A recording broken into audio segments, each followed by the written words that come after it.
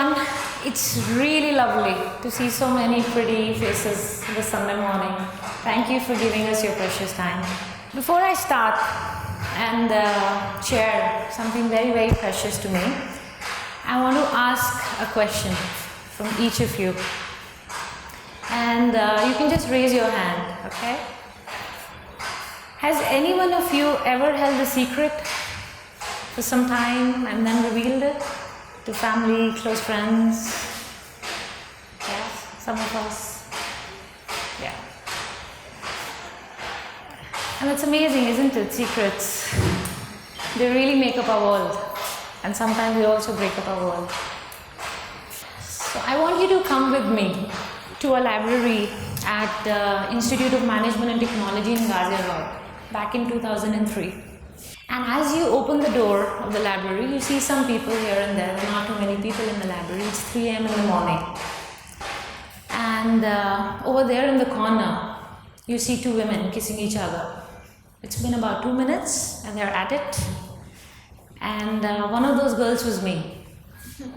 This was me, 20-year-old, who had kissed a girl for the first time and loved it and never looked back. Let's go back a little bit in time. I grew up in a middle-class family and I was the youngest among the four of us, and I was deeply pampered by my parents. I grew up as a tomboy, always wore pants and shirts and did all the crazy things. I had lots of friends, both boys and girls, and my parents and siblings were all in a happy place about it. And when I was growing up, I realized that I was kind of very popular among girls. At the age of 7 and 8, I'd imagine running around trees with them. I'd imagine them running around the trees with me. I was a happy, queer childhood. Perfect, right? So let's go back to the library. Here I am kissing and I'm like, my God, everything makes sense now. It should have been perfect, except it wasn't. I was really confused. I was like, what's happening? I can't talk about this to anybody. What if someone sees me right now? There were too many questions. I think when I look back now, I think it's because I had no reference of same-sex love or desire around me. Even in my immediate circle, be it friends, family, uncles, cousins, I didn't know anyone. I didn't have a language for it. And even outside in the media, look at the books, the movies, there was just nothing, no representation, But I still did good. I pushed down all those thoughts, I had a great time with her. I was in my la land for 4 years. And then it happened, jo aksar hota hai, with your first love stories, they come to an end. She decided to leave me. She wanted to get married to a man. This happened back in 2007. And I was completely shattered. Because this person and this relationship was the most authentic, true thing that I'd known. I tried during college, during school. I tried being friends, dating men. But it just felt too forced. And here I was, ready to give my all in, and she wanted out. It wasn't a good space. 2 years later, accidentally one afternoon, I chanced upon Gaysi. And that was like hitting a magic lantern. It completely blew my mind. I still remember the about page read that this is a blog, which is sort of a safe space for people, desi people who identify as lesbian, gays, bisexual, transgender. And I'm like, oh my God, this is the end to my dry spell of 2 years. It was fantastic. It completely changed. How I felt, how I viewed.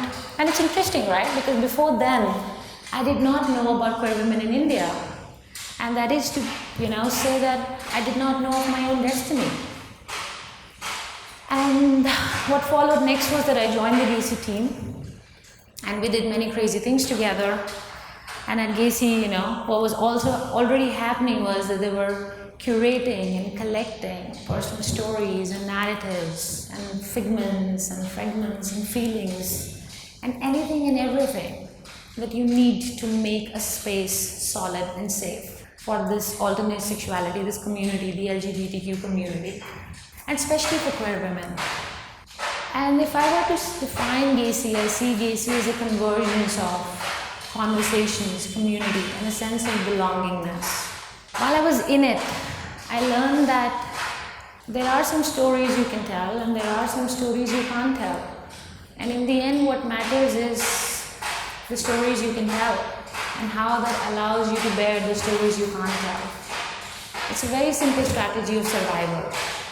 And that is what today is going to talk. We're going to talk about that. So how do we allow ourselves agency in the world instead of being overwhelmed by the things that are happening to us? We do that by writing, by telling what has happened to us, by giving it back to us instead of feeling powerless within it. And that is what Gaysi primarily did. With time, we realized that there was a hunger. It wasn't just enough to connect with people and have this common platform of shared stories and experiences. We wanted to reach out to a larger community. We realized that each narrative was different, each person was different. There were some stories that deserved, pages in the print, like you want to take it with you to the bed, put it under your pillow. There were some things which would look fantastic over a 6x9 screen. And in 2000, and going forward, we sort of diversified. So if someone were to ask me what Gaysi is, it started as a blog in 2008 and over the years diversified into offline events, magazines. We even did a theatre piece. I'll show you a glimpse of that. So in short, this is what Gaysi is. This is the blog. It has many things, like I mentioned, right? Personal stories, news, interviews. It's a great space for reimagination, for just a much larger community. And we recently released, not recently, but like in January, we released this animated video. So this was a part of a final year project by this animation designer, Priya Gangwani. She's a student at NID. So like I was mentioning, right, that Gaysi is a space, right? We do podcasts, we do video casts, we do videos, we do graphic narratives, art, anything and everything. So it's sort of become a cultural hub and a melting point of everything that is queer. The zine journey started in 2011. This was the time when everybody was, moving online. And we decided, hey, we have a blog, we want to go offline. And people were like, have you gone mad? We got like really strange response from friends, it wasn't very encouraging at all. But we had this crazy romantic notion in our ideas, no, we want permanence, we want our queer stories to be there in libraries, in bookstores, we want people to be taking them when they're taking buses, traveling on metros. And we took this plunge. And as you may have seen, we have the copies there. It was a great journey. It's been a great journey. And a zine is like a beast, it has many parts to it. You have the voices of people, you have the curation, you have the editing, you have the visual language.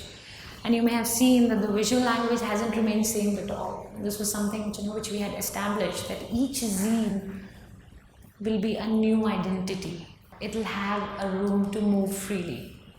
It'll have that sense of individualism that we as a queer people possess. This was zine 3, this was the black and white issue. This was a graphic anthology because we were really feeling this is the current issue. It's been really interesting, and while I have been responsible for editing, curating, reaching out to people, putting all things, our partner Karishma Durai, who was there at Gaysi, she is the visual designer of most of these issues, who designs the zine from end to end. She goes by the moniker Fishhead. She'd start with the visual language right at the end, when all the stories have come in, and she and I would be reading the stories in and out again and again, pulling out quotes, figuring out where to break, what font to use. Do you want it to be minimal? Do you want it to be bold? It was just a mad journey. But in the process, I think we both learned a lot. It was a very cohesive journey. And the reason I'm sharing all this with you is because I need you to know that I don't come from arts discipline. I did my master's in computers. I am a cybersecurity specialist, and I have no idea about editing. I have no idea about writing, making films, doing events, none of this. So this was all like, just following your passion. You want it, you don't have it, go create it. Put it all out there. And these are the inside pages. This is from Zine 1. as you can see that, it's just like evolving, the design, the visual language, the Zine 3, like simple text with like, hand sketched illustrations, art pieces. These are charcoal drawings by Sharmishtare where she's talking about masturbation and female pleasure. This is the current issue. A nice juxtapose of handwritten with, the automated and photography. It became a wonderful platform for all things. Personal narratives, art, graphic narratives, poems, illustrations, thoughts. And we realized that art is a very powerful and interesting medium and tool to talk about queer narratives, especially within the Indian society. It's so important to talk about sexuality, and sometimes language can be such a big obstacle, So art really allowed us to penetrate where words couldn't. This is part of Zine 5, but like I mentioned, that the Zine 4 was entirely dedicated to graphic narratives. We did a how-to guide on scissoring without making it very evocative. Photo essays on gender fluidity. This is a girl just having fun with toys and herself in her private space. And while we were doing all this and traveling with the zine to places, to cities, talking about people, the kind of work we are doing, we realized we were craving for a safe space. We wanted to do more.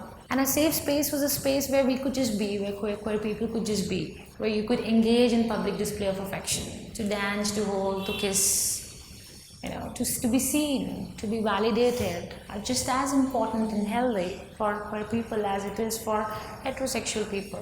So we decided that we need to create events, and we created many events. These are the posters of this event called Dirty Talk. It's an open mic event where the known and the unknown share the stage together. You have the straight and the not so straight, the celebrities and the common folks, everybody coming together. And we decided that we also wanted to sort of, play with it, make it more creative. So one of the issues was based on women, called Women Nothing Dirty About It. So we spoke about everything, from periods to masturbation to, marriage to having a baby, the predicament. And this is 2014. This was post the 2013 judgment on IPC 377, where Supreme Court put the law back and said that all you gay people are criminals. Don't have gay sex. So Is Pyar Ko Main Kya Naam Du, which was a great mix of stand-up acts, music, in response to the judgment. These are just snapshots from the events. These are posters of trivia night, where we have fun games. Sometimes it's on Star Wars, sometimes it's on music. And recently we started doing bar nights. These are called 2x2 bar nights. These are primarily social spaces. But कोई कीड़ा है कि कुछ हटके भी करना है, कुछ और भी करना है. What do you mean कि just एक social space है, come and just hang out? And we said, no, okay, fine. There are so many conversations we have with our close friends in intimate groups, I think she's cute, is she gay, how do you spot a gay person? The conversations around consent, around negotiation, the conversations on kink, on desires. So we sort of brought those private conversations here. And we said that, in small intimate groups, first half an hour we'll chit chat and together create safe spaces. And this has been like really, really amazing experience, just meeting people and focusing more and more on creating spaces for women, because we all know that that's something that's like really lacking in today's time. These are again just some of the snapshots. And some of you may have heard, in 2015 we collaborated with this theatre group called Patchwork Ensemble and produced this theatre piece on the hidden culture of drag kings in India. So this was Sakshi's idea. I imagine everybody met. She's the founder of Gaysi. And one day I remember she said that, Priya, we see so many drag queens, they come to Dirty Talk, they come to trivia, you see them walking the Pride Parade, where are the drag kings? And they're like, yeah, something happened in Delhi, be a man for a day. I remember something happened in Bangalore, but these are like happening in, like very small glimpses here and there. But where are they? And we were just having this conversation, and somehow she found this script writer and this theatre piece group who was like totally kicked about the idea of doing a play on drag kings. And this is Pooja Swaroop. And this play is primarily a homage to Shami Kapoor. And the setup is where drag kings, right? It's all very normal. They have normalized this entire culture in Bombay, and they talk about that. We have a small snippet of it. So this is just a snippet of our journey, specifically my journey also at Gaysi. If in short I was to, give you guys 3 takeaways or share a couple of things that I learned, one of them would be to give all your best to the world and continue to develop on it. Continue to build on it, and you will develop great work. I know a lot of people in the design community especially suffer from this thing called perfection paralysis. Unless this meets my idea, I'm so not releasing it. No. Release work, as much work as possible. Looking at this, you realize that this was done by a handful of people. Of course, we collaborated with many people, but we were doing this outside of our 9 to 7 jobs. None of us were really full-time on Gaysi. And we kept on creating. There were a lot of goof-ups, there were a lot of things that didn't fly, a lot of things just failed and are just sitting still, the corners of where we don't look. But keep creating work. Second thing is collaborate. Collaborate with a myriad of individuals and groups. Work with feminists, work with the defenders of male privilege, work with women, work with people from alternate sexualities, work with gender non-conforming people. Collaborate as much as you can. It really opens your mind. Do it pre bono if you have to. Do it for the love of your work. Collaborate with artists, collaborate with musicians, with illustrators, graphic designers, event organizers. Money is useful, but my experience at Gaysi also taught me that it's not the ultimate. It's the experience of trying new things, especially working with people whose sensibilities are just so different from you, whose experiences and lived realities are different from yours. It's amazing to do that. And third is that sex, sexuality, gender, it's a very important body of work. Sex and sexuality have become the conductor of social and political divisions. Just look all around you. The Romeo squads telling kiske saath ghumna hai, kiske saath nahi ghumna hai. The right wing affirming the sanctity of a family. Hum do, hamare do. What sensitivity is there, right? Like when you think about sex, it evokes, it arouses this moral anxiety, this confusion. There's so much written about it. But yet, we're still confused. People are still telling us how to do sex, how not to do sex, what are the different types of orgasms, so on and so forth. It's great, and it's something which is intersecting with us all the time. Everybody is working with it. The feminists are working with it, they're challenging it. The defenders of male privilege are working with it. The liberals, the conservationists, everybody is working with it. So get involved. Work with Gaysi, work with Agents of Ishq, work with Ladies Finger, any other space you find where this kind of work is happening, work. For me, I felt that these learnings were primarily my tools of survival. I went through something really not very pleasant a couple of months ago. It was an emotional breakdown.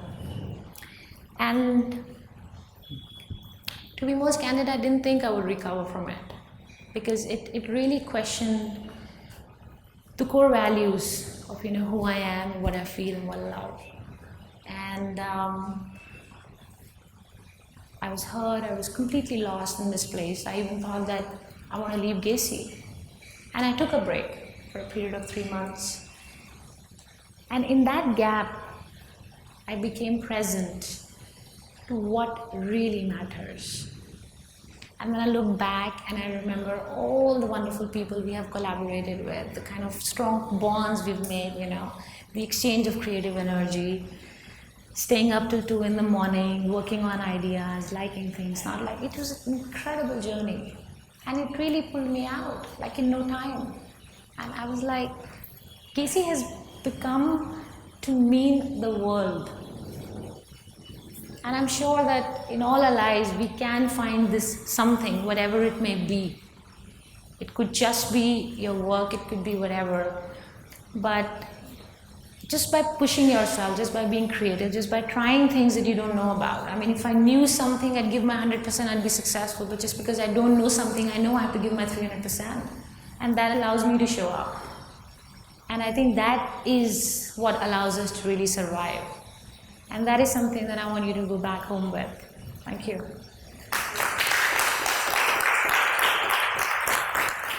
Peace.